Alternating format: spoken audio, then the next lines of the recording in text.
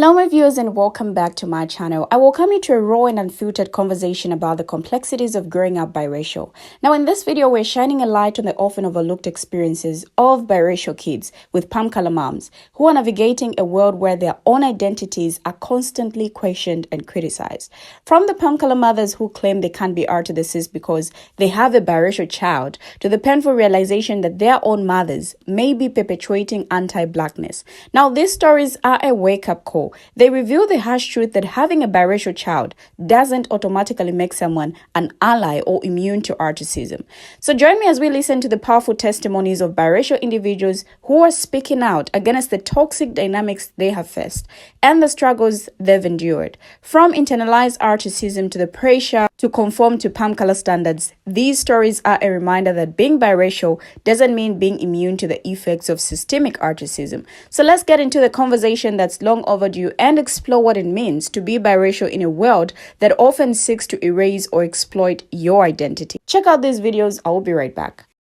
So I got into a heated debate with a coworker, a white female, because she was making very derogatory statements about black women.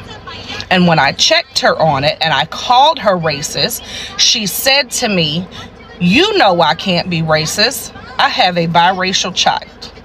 Now, that is absolutely not true, that you cannot be racist and have a biracial child. I cannot tell you how many, especially white women, I have ran into that have biracial children that are extremely racist towards black women.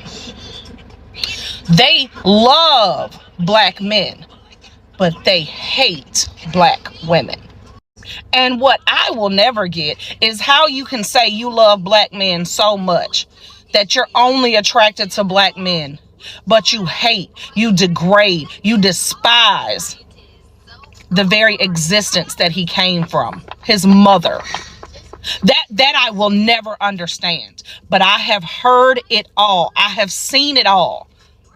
And what you don't understand is that you are going to cause your children to hate a part of them, whether you know it or not, or hate you. Because they will get older and they will see this world for themselves. And they will be able to see that you are racist. And I'm going to tell you right now, if you ever, any woman out there, any white woman who ever feels like you and I are going to bond over degrading or talking about or the hatred of black women, baby, you got the wrong white woman, because it will never happen here. I have 3 beautiful black daughters, a granddaughter, and you will never come at me with that shit, ever.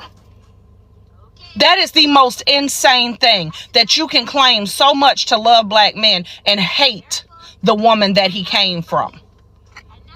That is crazy, but I'm telling you now it happened. So don't ever come at me with, I can't be racist because I have a biracial child. You can. And sometimes you are the most racist, period. I don't know what mixed baby needs to hear this, but it's okay if you drop your white mom. It is. There are so many white mothers who sit there and they have mixed babies and then they literally destroy us. My mom, ever since I was little, has been calling black women disgusting and loud and dirty and arrogant and ghetto. And for some reason, she fails to realize that I am the same woman that she is talking about. She fails to realize that there's no difference between us. The only difference is the slightly lighter complexion. That's it. Y'all sit here as white women and you have black and brown and Asian children, and then you literally talk about us like we can't hear you. You talk about how we're disgusting and how we leech off the government and how we're not even from America and how we don't even need to have protests for things because everyone's created equal in the first place, but then you date white supremacists and bring them into our own houses. And you expect us to be comfortable. I don't get how y'all can pretend that your kids don't hear you and then be absolutely baffled when they finally do. And they finally don't want to be around you. black moms, I got you for a minute. Sit this one out. Hey, yo, white moms, stop having biracial kids. You as funny as to run your mouth all over this app talking about that. Knee slapper, can we talk about how my granddaddy disowned my mom after she had the first of us? Can we talk about how my own mother called me racist towards white people because of Breonna Taylor? At least a black mother would have known how to do my hair properly and given a shit. I am definitely not the prize to the skin fetish you had with my father. You know, at least a black mother would not have invalidated any experiences I had in school with being bullied for my skin color or for looking the way I look. Feel like my black mama would have come up and beat a fourth grader's ass when they called me the bird. Stop worrying about black moms. They are not failing with the biracial kids as much as you are, okay? So I grew up with a white mom who did not care. Like, she'll let me run around like looking musty, dirty, did not help me with my hair, did not do none of that, did not discipline me, nothing like that. She let my white side of the family put relaxers in my hair, straighten my hair whenever they wanted to make it look better. Told me that I could not go to the high school that I worked so hard to get into because the black girls there would be jealous of me and want to fight me all the time. She'll say things like, oh, it's so ghetto there now because of those people. Oh, those black people make that restaurant so ghetto. Da, da, da. Like, seriously? She also makes very passive aggressive, like racist stereotype comments about black people. And honestly, it just like, it hurts my heart because it's like, how could you have raised 8 black children and then have a biracial child and you proceed to still have these notions on black people and you proceed to talk like this and act like this? It's crazy to me. And 9 times out of 10, it's always those white moms who are like, oh, I'm not racist. It's not me. I'm not one of those white people. I have black children that are the racist ones. Us biracial kids with the white moms are the most problematic. No, but can we talk about how us biracial folks, that's me, with white moms can be the most problematic, because a lot of times our white mothers will expect us to take on identities that reflect their own because the sacrifice of motherhood is so severe that they kind of want their biracial black presenting children to reflect their white experience. And I think a lot of folks like me, frankly, are just unwilling to challenge their mothers and say, like, I love you, but you are wrong. I love you, but my experience is different. And I love you, but I refuse to carry beliefs that are going to be violent towards other members of the black community because I love my blackness too much to hold those beliefs, right? And that will cause like a rift with some family members and has for me, but I would never take it back because I don't want to be one of those people who holds us back. So I also have a white mom, and whether or not you other half-breeds want to digest it and understand it and take accountability for it is the fact that having a white mom is different than having a black mom, socially and psychologically. When people say that mixed kids with black moms are different than mixed kids with white moms, they're talking about the fact that mixed kids with black moms typically tend to not grow up to be coons and colorists. And where do coon and colorist ideologies derive from? These ideologies didn't just come from nowhere. Who's teaching these kids these things? Being raised by a white mother left me very ignorant but also anti-black for many years of my life, and that's not something like I say with pride at all. I say it with a lot of shame. Now, I know that because of how I was raised, like, and because my dad didn't do his job as a black man, like being married to a white woman, that I guess it wasn't like my fault as a kid, but the more like work that I'm doing and the more, I don't know, I stepped away from like my mother, the more that I am just sad because I see all these ways that I was just being me. Like I was just being the black biracial daughter that she had, but she made me shrink myself and made me fit into the spaces she wanted me to fit into so that she was comfortable and so that I made everybody else comfortable. And one of those things was like not wearing a bonnet like outside of the house or anything like that. Like I remember we would like, you know, go to the stores and stuff, and if she would see especially a black woman like with her bonnet on, like she would say like such awful things that I'm not going to repeat. And I remember as a kid never understanding, like, what's the problem with that? Like, what is the problem? But the more that her hate and ignorance was said to me, the more that when I would go out and I would see like a black woman or a person of color with a bonnet on, I would think like, why are you coming out of the house like that? Like, that's not appropriate.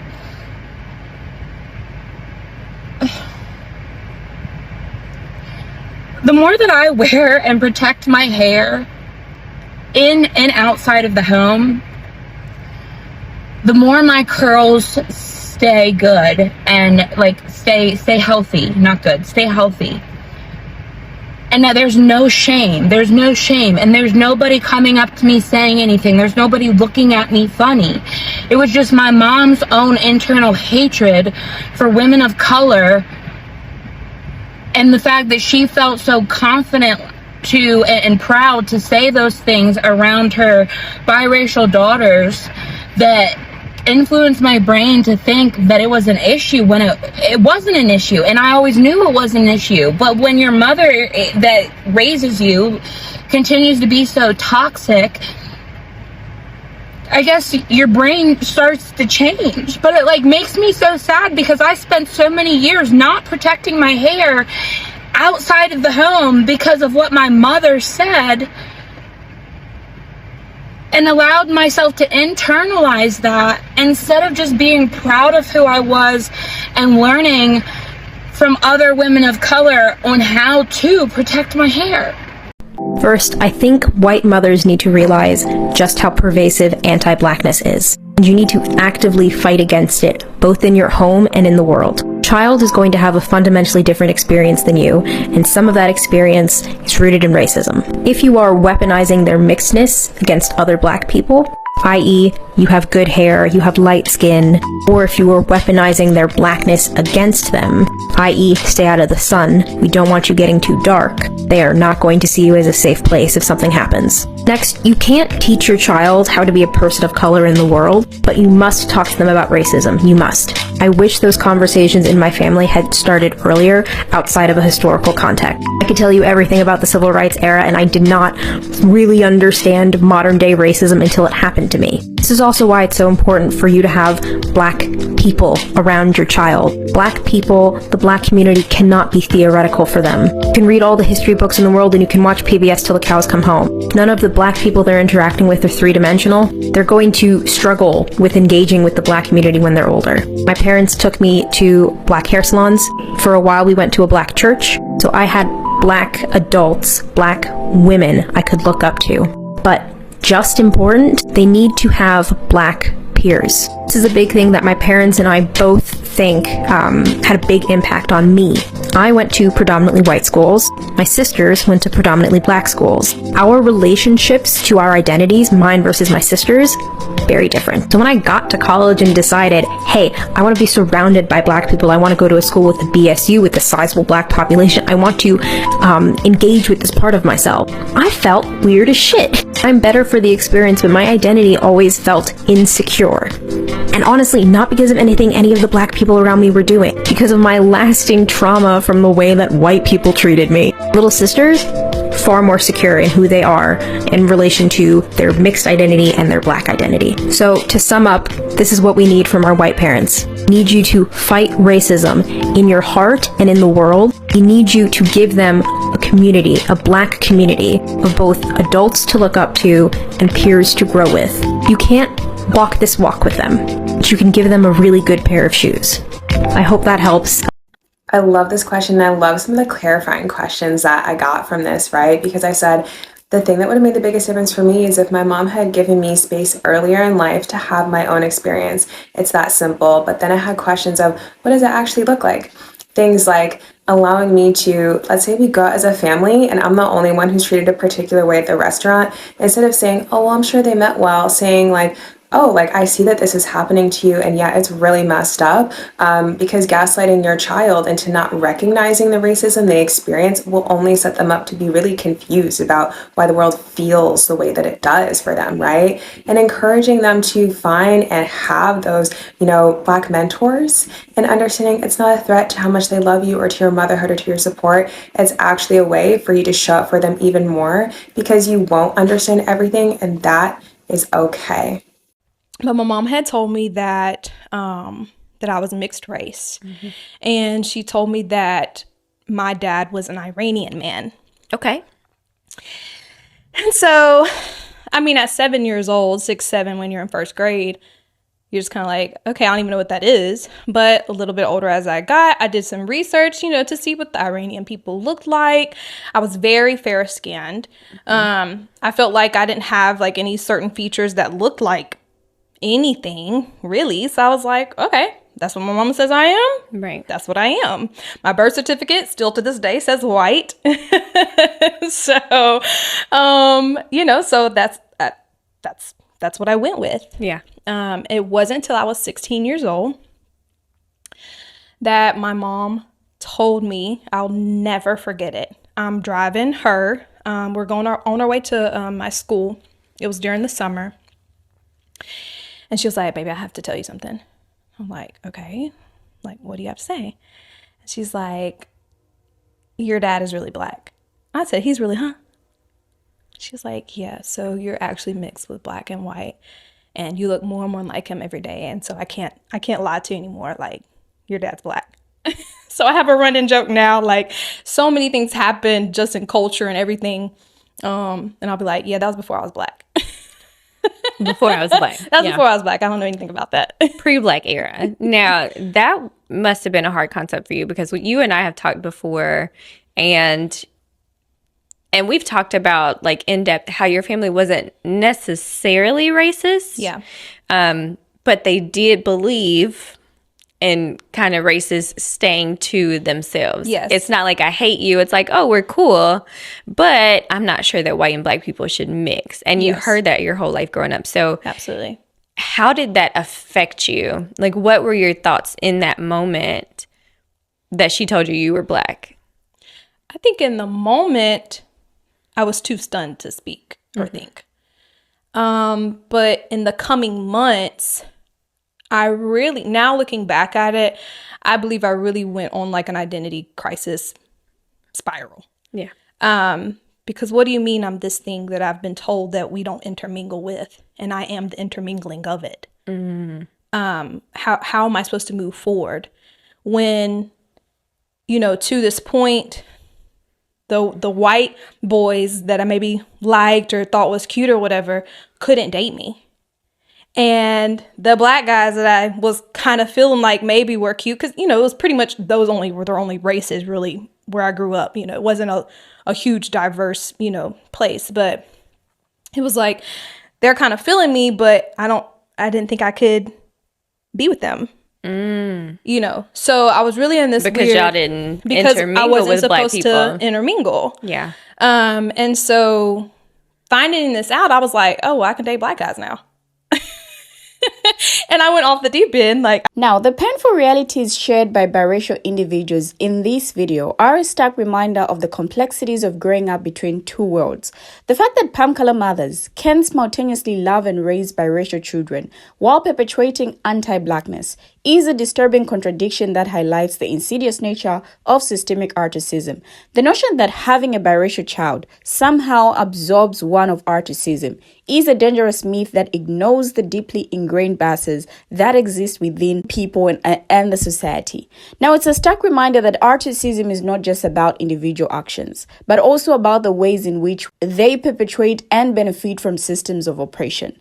Now, the testimonies shared here are a powerful indictment of the ways in which palm-color mothers often fail to acknowledge and confront their own biases, instead passing them down to their children and perpetuating a cycle of harm. Now, the fact that biracial individuals are often forced to navigate this toxic dynamic while also confronting the erasure of their identity is a tragedy that demands everybody's attention and action.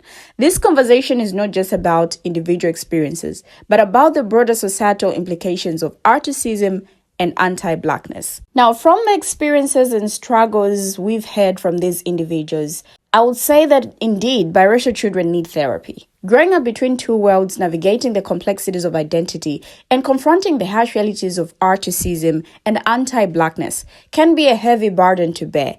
Now, the stories shared in this video are a testament to the fact that being biracial is not just a matter of identity, but also a source of trauma and pain. Therapy provides a safe space for biracial children to process their emotions, work through their experiences, and develop a sense of self that is not defined by the biases and expectations of others. It's a place where they can confront the internalized articism and self-doubt that can come from being caught between two worlds. Moreover, therapy can help biracial children develop the tools and resilience needed to navigate a world that often seeks to erase or exploit their identity. It's a place where they can learn to love and accept themselves without apology or condition. I feel people need to recognize the importance of mental health support for biracial children and work to create a world where they can thrive without fear of judgment or rejection. Therapy is not a luxury, but a necessity for biracial children who deserve to live authentic, empowered lives. Now, articism and anti-blackness in biracial families is a toxic reality that can have devastating effects on the mental health and well-being of biracial individuals. When palm-color parents fail to acknowledge and confront their own biases, they can perpetuate a cycle of harm that can be passed down to their children. The normalization of articism and anti-blackness within biracial families can lead to internalized articism, self-doubt, and a fractured sense of identity. Biracial individuals may feel forced to choose between their palm color and black heritage, or worse, be made to feel that their blackness is something to be ashamed of. Now, the impact of this can be seen in the ways that biracial individuals are socialized to prioritize their palm coloredness while suppressing their blackness. Now, this can lead to a loss of cultural connection, language, and heritage, as well as deep-seated sense of disconnection from their own identity.